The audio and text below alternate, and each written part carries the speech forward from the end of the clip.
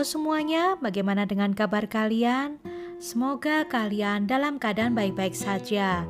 Dan jangan lupa untuk menjaga kesehatan kalian selama di masa pandemi ini. Nah, kali ini aku ingin membawakan kalian sebuah kasus yang sempat menggemparkan di kota Meksiko. Kasus ini aslinya bikin gregetan banget. Jadi kalau kalian penasaran, yuk kita langsung mulai dengerin ceritanya ya.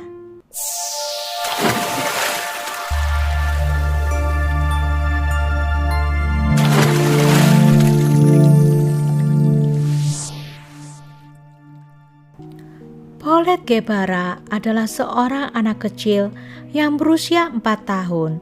Dia lahir pada tanggal 20 Juli 2005 di Meksiko. Ayahnya bernama Mauricio Guevara.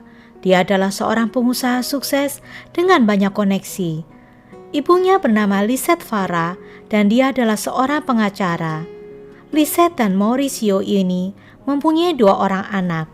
Anak pertama mereka bernama Lizzie yang saat itu masih berusia 7 tahun. Dan anak mereka yang paling kecil adalah Paulette yang saat itu masih berusia 4 tahun. Paulette ini terlahir prematur. Jadi dia ini lahir ketika usia kandungan ibunya masih berusia 26 minggu. Namun untungnya dia bisa bertahan hidup dan tumbuh dengan sehat.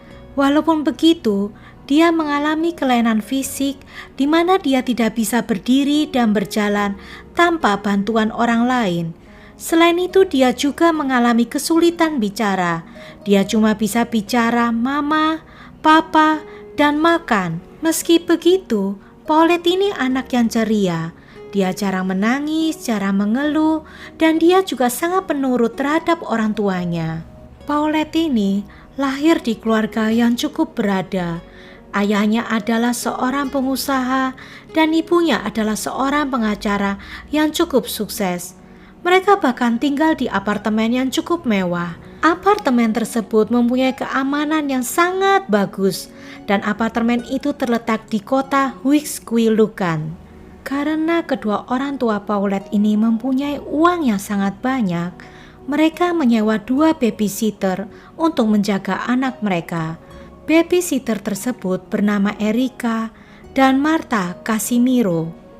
Pada suatu hari, yaitu di tanggal 21 Maret 2010, sekitar jam 9 malam, Paulette baru tiba dari liburannya di Valle de Bravo. Dia berlibur bersama ayah dan kakaknya yang bernama Lizzie. Sedangkan ibunya malah ikut trip bersama teman-temannya. Dia memilih bersenang-senang dengan teman-temannya dan mereka pun menghabiskan malam itu dengan berpesta dan minum-minum di Los Cabos. Nah, pada tanggal 21 Maret itu, ketika mereka semua sudah pulang dari liburan, ibunya menidurkan Paulette dan Lizzie di kamar yang sama. Dan sebelum ibunya keluar dari kamar, dia sempat mencium kening Paulette dan mengucapkan selamat malam Paulette. Pada tanggal 22 Maret 2010 di pagi hari, salah satu dari babysitter mereka yang bernama Erika masuk ke kamar Paulette untuk membangunkan Paulette.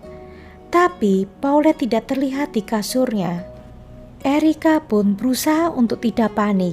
Dia mencari di balik lemari, di kolong ranjang, di kamar ibunya Paulette, bahkan di kamar Lizzie.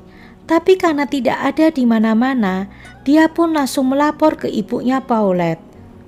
Mauricio dan Lisette pun segera mencari Paulette di sekeliling apartemen mereka. Bahkan mereka mengetoki pintu-pintu apartemen tetangga mereka. Tetapi tetap saja tidak diketemukan kemana Paulette menghilang. Melihat ini, Mauricio pun menjadi panik. Ayah Paulette ini lalu menelpon saudara perempuannya. Dan saudaranya inilah yang berinisiatif untuk melaporkan berita kehilangan ini ke polisi. Akhirnya polisi-polisi pun lalu mulai berdatangan ke apartemen tersebut. Tapi tidak diketemukan tanda-tanda pencuri masuk ataupun penculikan. Kunci-kunci masih utuh, begitu pula jendela dan semua pintu yang menuju ke apartemen mereka. Bahkan dari rekaman CCTV pun tidak terlihat kalau Paulette pergi atau dibawa kabur. Sedangkan untuk keluar sendiri pun itu tidak mungkin karena Paulette ini susah berjalan dan dia juga susah bicara. Jadi kasus ini sungguh aneh karena saat itu Paulette seperti lenyap di telan bumi. Tidak ada bukti apapun yang menunjukkan kalau Paulette diculik. Bahkan tidak ada surat dari penculik yang minta tebusan. Jadi kalau motifnya bukan uang, lalu kemanakah Paulette menghilang? Kasus ini pun menjadi heboh karena kedua orang tua Paulette memasang spanduk di mana-mana. Mereka memasang berita kehilangan anak mereka di billboard di jalan-jalan. Tantenya Paulette yang bernama Arlette Farah mengupload foto Paulette ke berbagai media sosial, di mana berita tentang hilangnya Paulette dengan cepat menyebar ke seluruh kota. Karena hal tersebut, satu kota penuh dengan mukanya Paulette, dan itu membuat semua orang di kota Meksiko sangat tertarik dengan kasus ini. Lisette pun menduga kalau anaknya diculik, dan dia meminta media agar memberitakan hal ini. Siapa tahu penculiknya mau mengembalikan putrinya. Ayahnya Paulette yang bernama Mauricio juga muncul di berbagai media. Dia memohon agar anaknya dikembalikan dalam keadaan hidup. Tapi polisi malah menaruh curiga terhadap kedua orang tua Paulette. Karena pada malam kejadian, orang tua Paulette bilang kalau tidak ada suara apa-apa pada saat itu. Bahkan anjing mereka pun tidak menggonggong sama sekali pada malam tersebut. Dan karena anjing mereka tidak keluar suara sama sekali, mereka tidak tahu bagaimana anak mereka bisa hilang begitu saja. Lalu pada tanggal 27 Maret 2010, baru beberapa hari setelah Paulette menghilang, Lisette memutuskan memperbolehkan orang-orang dari berbagai media masuk ke rumahnya untuk melakukan interview terhadap dirinya. Hal ini sangat aneh menurutku, karena buat apa dia mengundang banyak orang dari berbagai media untuk masuk ke rumahnya, sedangkan itu adalah tempat kejadian perkara di mana barang-barang bukti tentang hilangnya Paulette bisa saja masih berada di situ. Dan dengan banyaknya orang-orang yang masuk, maka bisa rusaklah barang-barang bukti yang ada di sana. Yang lebih gila lagi, ibunya Paulette ini melakukan interview di kasurnya Paulette, dan di sini tingkahnya terlihat sangat aneh. Bahkan di beberapa interview, dia sempat mengatakan, "Even if I lose Paulette, I have another daughter." Yang artinya, walaupun aku kehilangan Paulette, anakku masih ada satu lagi. Dan kata-kata ini membuat orang di Meksiko mulai bertanya-tanya apa yang sebenarnya terjadi dengan Paulette. Para babysitter yaitu Erika dan Marta Casimiro, mereka percaya bahwa kedua orang tua Paulette pasti mengetahui sesuatu. Dari sini, polisi menyimpulkan satu hal, bahwa hilangnya Paulette merupakan tanggung jawab antara orang tuanya atau babysitternya. Nah guys, disinilah lalu terbongkar bahwa dari awal bukan orang tua Paulette yang mencari anaknya, tapi melainkan para babysitter mereka. Jadi, pada saat kejadian, mereka berdua ini keliling komplek mencari Paulette dalam keadaan panik. Lalu waktu mereka kembali, mereka malah menemukan Lisette lagi minum kopi dengan santai, dan suaminya juga melakukan hal yang sama. Setelah Lisette dan Mauricio dikasih tahu kalau anaknya hilang, mereka mencari-cari si Paulette ini dengan santai. Mereka membuka-buka lemari sesekali dengan sangat tenang, dan wajah mereka sama sekali tidak tampak panik. Lalu polisi pun teringat ketika kejadian Paulette hilang, bukanlah Mauricio yang melapor kehilangan Paulette, melainkan saudara perempuan Mauricio. Jadi tantenya si Paulette inilah yang malah membuat laporan ke polisi. Para babysitter ini juga bercerita bahwa keluarga ini mempunyai masalah finansial, dan mereka juga sudah mulai tidak mampu untuk tinggal di apartemen mereka yang mewah itu. Selain masalah keuangan, Mereka juga memiliki problem pernikahan. Pernikahan mereka mulai hancur. Mereka suka berkelahi setiap harinya. Bahkan ya guys, dari sini ketahuan juga kalau malam pas Paulette hilang itu, Lisette ini pergi ke Cabo bersama selingkuhannya. Hal ini membuat orang-orang makin merasa ada yang tidak beres dengan pasangan ini.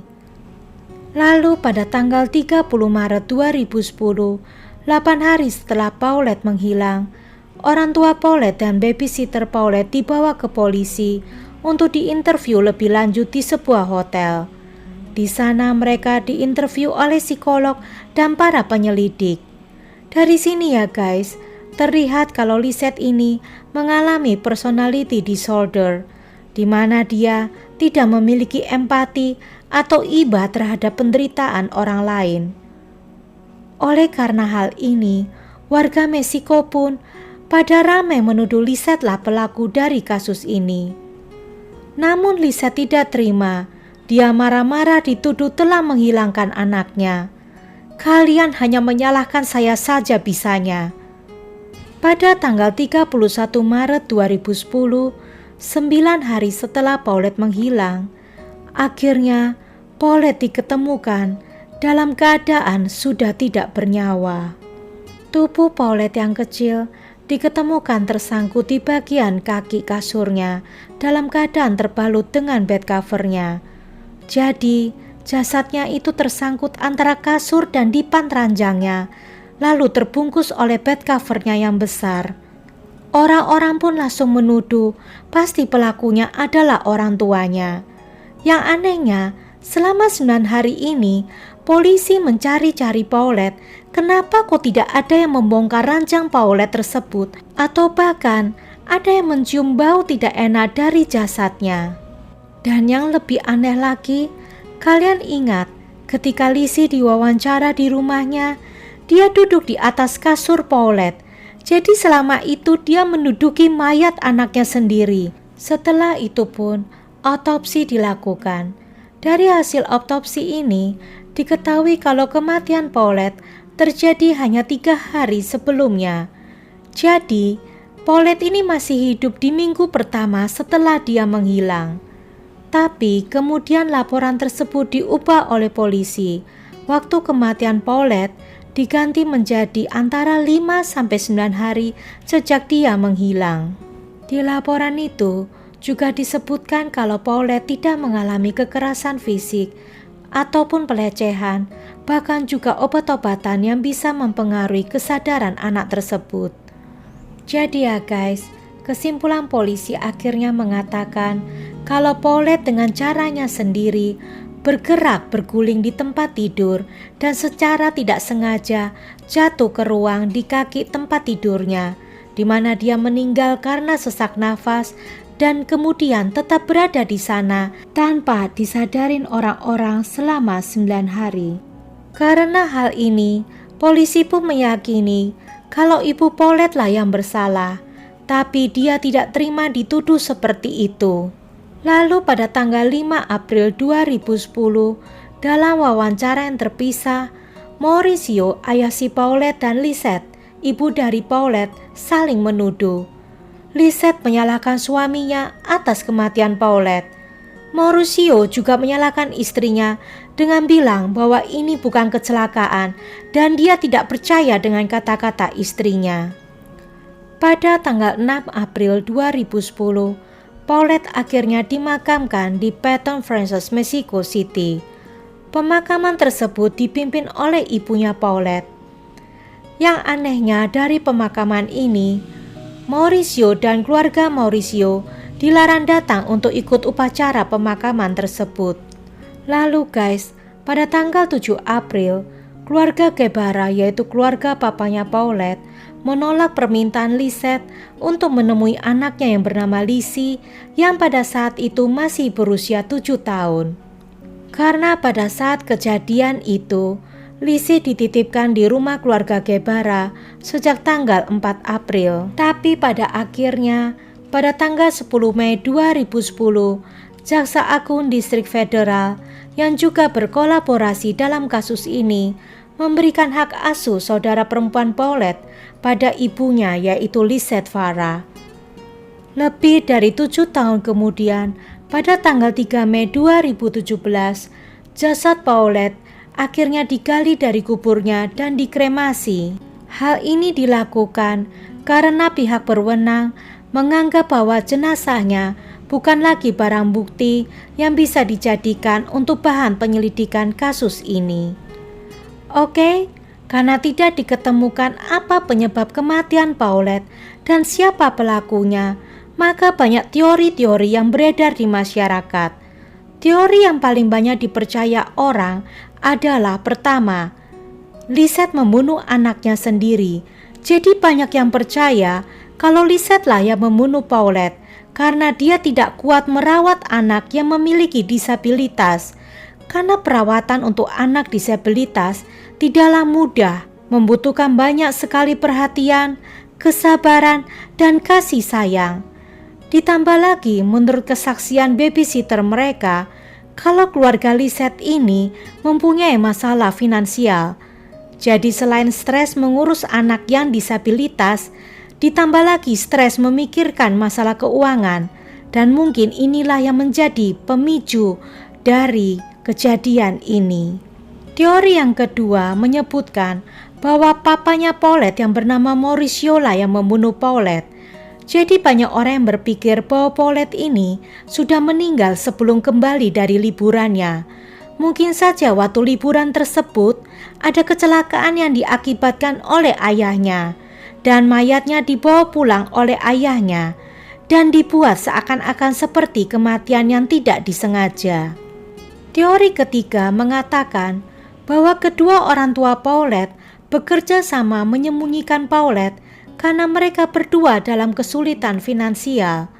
Jadi dengan hilangnya Paulette, maka makin banyak orang yang bersimpati pada keluarga mereka, sehingga masyarakat pun beramai-ramai menyumbangkan uang, dengan harapan uang tersebut bisa membantu keluarga ini untuk membuat iklan dan brosur-brosur yang berisi kehilangan anak mereka, sehingga anak mereka dengan cepat mudah diketemukan. Dan teori yang selanjutnya, yaitu teori yang keempat, mengatakan bahwa Lizzie kakaknya Paulette lah yang melakukan hal ini. Teori yang ini sebenarnya agak ngawur dan susah dipercaya, karena teori ini bercerita kalau malam pada saat mereka baru pulang dari liburan dan kedua orang tua mereka berkelahi di ruang tamu, Lizzie lalu datang ke kamar Paulette adiknya karena dia tahu kalau adiknya pasti takut dan menangis. Lalu Lizzie mencoba menenangkan adiknya, tapi karena adiknya tetap menangis dan menangis, akhirnya Lizzie menutupi muka adiknya dengan bantal dan akibatnya Paulette pun kehabisan nafas dan meninggal. Lalu orang tuanya yang mengetahui hal ini berusaha menutupi. Mereka tidak mau anaknya Lizzie dituduh sebagai pembunuh. Dan teori yang terakhir, yaitu teori yang kelima, berasal dari Alberto Basbas. Alberto Basbas ini adalah pengacara keluarga Paulette. Sebagai seorang pengacara, dia mengatakan kalau Paulette menggeliat atau bergerak dengan sendirinya sampai jatuh dan terhimpit di antara kasur dan dipannya. Namun teori ini tidak masuk akal karena ada rekaman yang menunjukkan kalau ibunya Paulette ini ngomong ke Lizzie kakaknya Paulette untuk tidak bicara ke siapapun juga. Dan ketika Lizzie bertanya kenapa mama, ibunya bilang nanti kita yang disalahkan karena menculik adikmu. Bahkan selain itu, ada video yang diupload ke YouTube yang berjudul dalam bahasa Spanyol. Dan judul itu kalau diterjemahkan, artinya kurang lebih seperti ini, Kasus Aneh Piyama Paulette. Di video ini menunjukkan bahwa Paulette menggunakan piyama bergambar rusa ketika diketemukan. Nah, waktu ibunya Paulette diwawancara, piyama itu padahal masih terlihat terlipat di ujung kasur. Jadi, kalau memang piyama itu terlihat berada di ujung kasur pada saat interview itu, lalu kenapa jasad Paulette terlihat menggunakan piyama tersebut? Hal ini benar-benar sungguh aneh. Well, Ini adalah kasus yang mengerikan dan sangat menyedihkan. Aku tidak tahu mau berbicara apa lagi tentang kasus ini. Hanya bisa bilang rest in peace buat Paulette Guevara dan semoga keluarga yang ditinggalkan diberi kekuatan. Bagaimana menurut kalian? Siapakah yang bersalah dalam kasus ini? Apakah ayah Paulette atau ibu Paulette? Kalian tulis di kolom komentar ya. Oke, sampai di sini dulu kisahnya. Apabila kalian suka dengan cerita ini, tolong klik tombol like dan share ke teman-teman kalian. Terima kasih buat yang menyaksikan cerita ini sampai selesai. Sampai ketemu di lain cerita. Bye.